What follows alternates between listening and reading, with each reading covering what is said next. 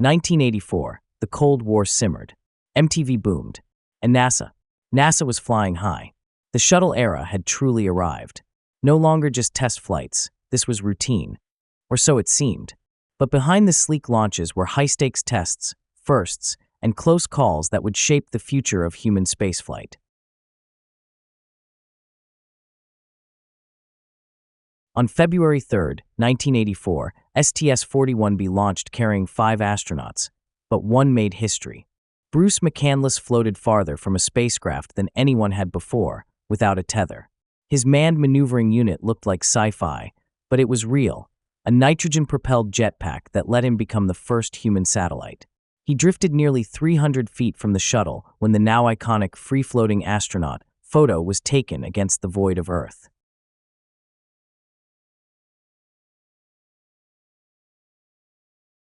This mission wasn't done making history. On February 11, 1984, Challenger glided home and became the first space shuttle to land at Kennedy Space Center. Until now, the long, dry lake beds of Edwards Air Force Base had handled all returns.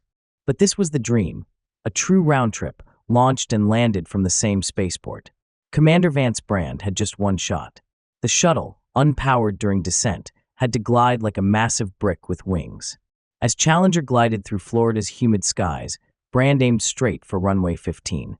The touchdown was firm, a bit harder than intended, but spot on, a perfect return to Cape Canaveral. The Florida weather, once seen as too risky for landings, played nice that morning. The skies cleared, and NASA got its first on-site recovery, saving time, money, and the spectacle of cross-country ferry flights. This wasn't just a return, it was a milestone. One that would set the stage for more frequent, fully contained shuttle missions.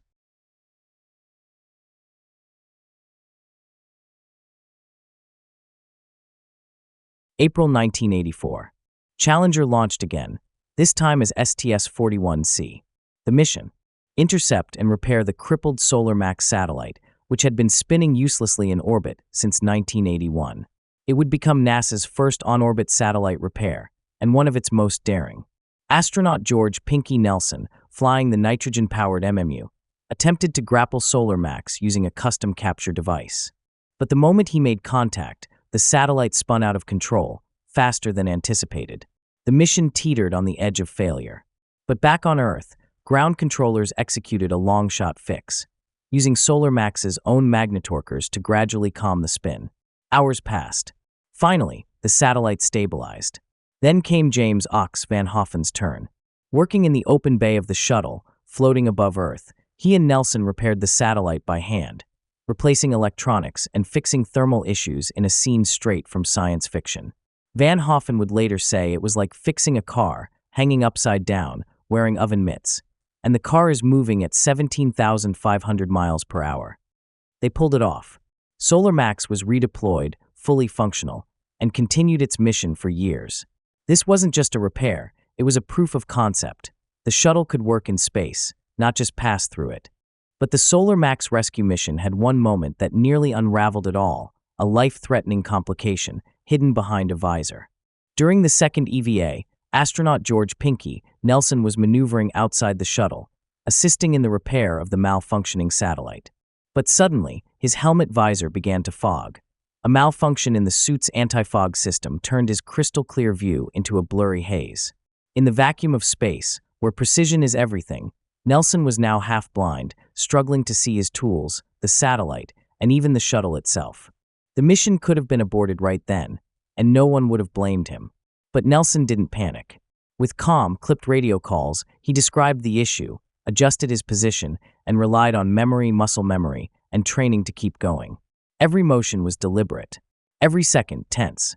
Thanks to teamwork and sheer nerve, the EVA continued. The repair was completed, and Solar Max was saved.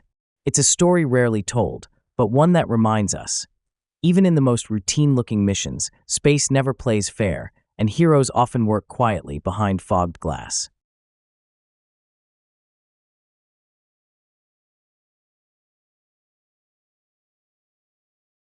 On August 30th, 1984, the world met a new spacecraft, Space Shuttle Discovery.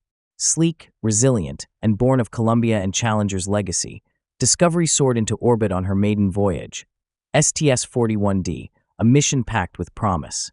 Aboard were 3 satellites, each destined to expand humanity's reach. A Navy communications satellite called SYNCOM-2 was deployed to bolster secure military communications across the globe. Alongside it flew 2 commercial telecom satellites, SBSD and Telstar 3C, part of the growing web of satellites that would help usher in the age of instant global contact. But not every star of the mission was bound for high orbit. Hidden in Discovery's payload bay was a quiet trailblazer, OSD-1, a testbed for advanced solar dynamic power systems and experimental heat pipe technology. It didn't grab headlines, but it laid crucial groundwork for future space stations and long-duration missions, helping NASA plan for life and work beyond low Earth orbit. Discovery's first flight wasn't just a debut, it was a statement. The shuttle program was scaling up, and the future of space was beginning to unfold, one mission at a time.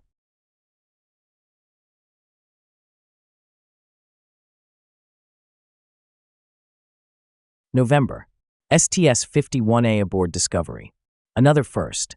Astronauts Joe Allen and Dale Gardner performed the only space salvage operation in history, retrieving 2 malfunctioning satellites, Palapa B2 and Wester 6, and bringing them home. They wrangled tumbling satellites using handheld Stinger devices and a capture bar, all while drifting above Earth. It was ambitious, bold, and it worked.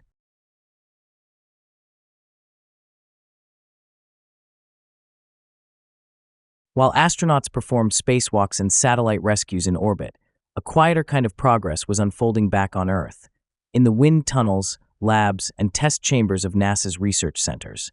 At Langley Research Center, engineers sculpted the future of flight itself, experimenting with advanced wing designs aimed at making aircraft more fuel-efficient, a pursuit with both civilian and military implications.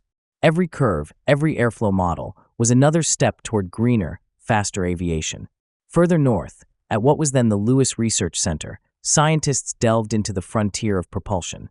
They pushed forward with ion engines and solar thermal technologies, exploring new ways to travel farther, faster, and more sustainably through space. Meanwhile, the team at Ames Research Center was laying the digital groundwork for tomorrow's missions, developing automated flight planning systems, the earliest steps toward AI-guided spacecraft capable of navigating the stars without constant human oversight. And out west at Jet Propulsion Laboratory, engineers and project managers were still fine-tuning the troubled yet promising Galileo mission to Jupiter, grappling with delays, budget cuts, and redesigns, all while keeping their eyes on the gas giant and the secrets it held. Innovation never stopped, even when it wasn't wrapped in flame and thunder. NASA's future was being built not just in orbit, but in quiet conference rooms and humming laboratories across the country.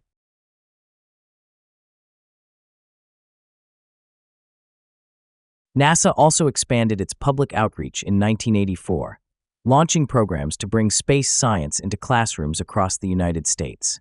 The Teacher in Space program was announced. A civilian teacher would soon train for orbit. That program would take flight.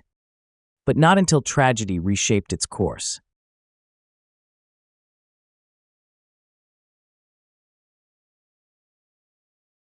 "1984 wasn't just shuttle launches and spacewalks. It was a year where NASA turned routine into remarkable. Every mission tested the limits, not just of machines, but of human capability. The shuttle was flying higher, faster, farther. But in hindsight, it was also flying closer to the edge.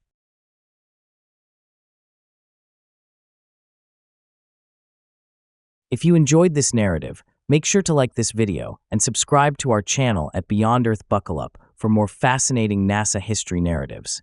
Remember to take care of one another, and always keep looking up.